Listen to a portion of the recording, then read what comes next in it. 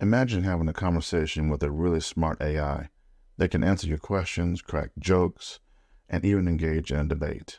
You may have already heard about this from coworkers or your tech-savvy kids are raving about it because it helps them with their homework. Well, today, I'm here to give you a straightforward, easy explanation about what ChatGPT is all about. But before we unveil the mind-boggling capabilities of this AI marvel, let's take a quick journey through the history and influences of artificial intelligence. One of the first times the word robot was used in English was from a play that opened up in London back in 1920.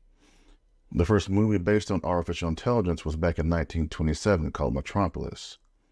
The first working AI programs were written in 1951. They were a checkers playing program and a chess playing program. Now, the first program that allowed some kind of conversation between humans and machines was Eliza back in 1966. Now, Hollywood has always been fascinated with the idea of artificial intelligence. Growing up in the 70s and 80s, I watched iconic movies like a 2001 Space Odyssey featuring an AI named HAL 9000. Westworld came out in 1973. Then, in 1979, came the first Alien movie, where Science Officer Ash turned out to be an android. An artificial person. Ripley found out the truth about what he was up to, and he tried to take her out by force-feeding her a magazine. Her friends come to help her. Dude hits him upside the head once. He starts flipping out, hits him again, and almost takes his head off. And as a kid watching that, I wasn't ready. I was not ready for that. I didn't eat cereal for like 2 weeks after that. In the 80s, things really ramped up with movies like Blade Runner in 82. War Games came out in 83. Remember Kit, a talking Trans-Am from the TV show Knight Rider? The first depiction of AI that was nice, had a sense of humor, and wasn't out to get everybody. Followed by Johnny Five is Alive and the 1986 movie Short Circuit, and then one of my favorites, Data, from Star Trek Next Generation in 1987. And of course, we can't forget Terminator from 1984. Judgment Day was in the 90s. They had some more in the early 2000s, 2015, 2019. Are they making another one?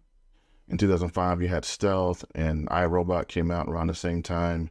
And probably the most famous AI would be Jarvis from the 2008 movie Iron Man. Now, back in the realm of real-world technology, a groundbreaking development occurred in October of 2011 when Apple introduced Siri on the iPhone 4S. While Google had its voice commands, Siri stood out as one of the first voice recognition systems capable of engaging in interactive conversations. Google soon followed suit with their version called Google Assistant, and Microsoft came out with their version called Cortana. Now, many wonder what was next in AI development. Some speculated that there could be a large language model. Well, in 2018, OpenAI came out with the first version of ChatGPT. Version 2 came out in November of 2019, and version 3 came out in June of 2020. So what is ChatGPT? Well, ChatGPT stands for Chat Generative Pre-trained Transformer. It's an advanced language model developed by OpenAI. It is designed to understand and generate human-like text based on the prompts it receives.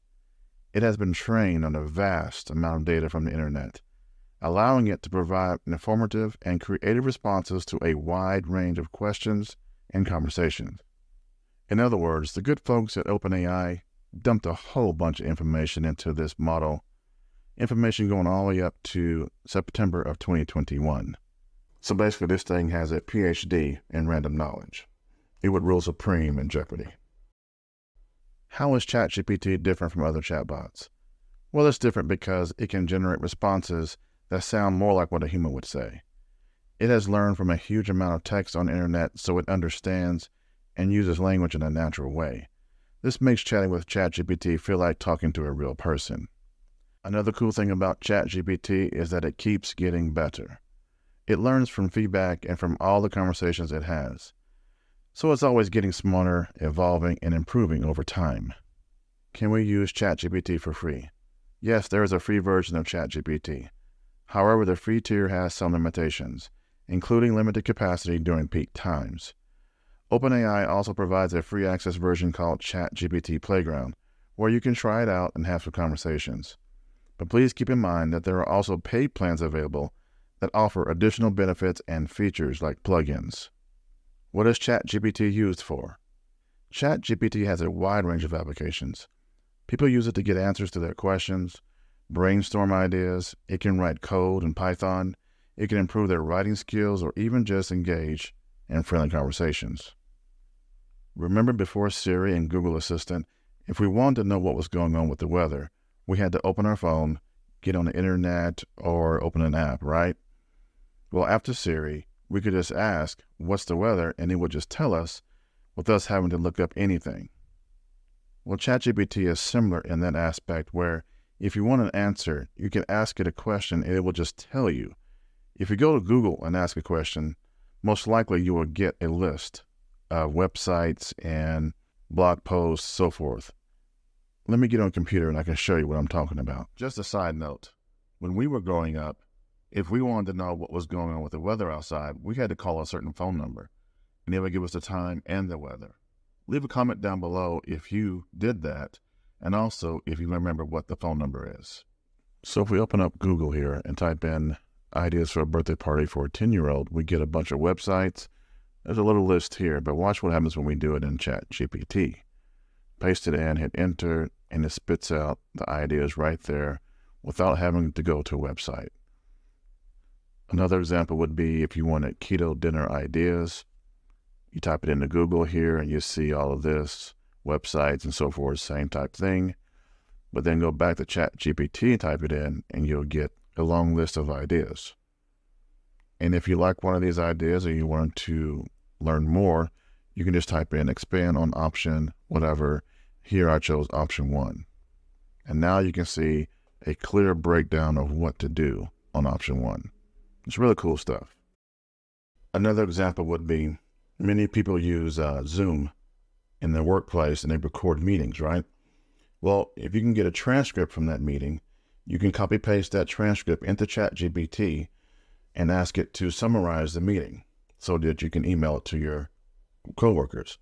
Or you can ask it to give you some bullet points based off that transcript. Like I said earlier, it can help you with your homework. Just don't tell anybody. It can help beef up your resume. It can even help you learn a different language. These examples that I'm giving you are just the tip of the iceberg of what this thing can do. So if you haven't already, I strongly suggest you go check it out. When you're asking questions, just treat it like you're talking to a regular person. If you don't understand the answer, ask it, what do you mean by that? And it will explain it. Well, that's it for this video, guys. Thank you so much for watching.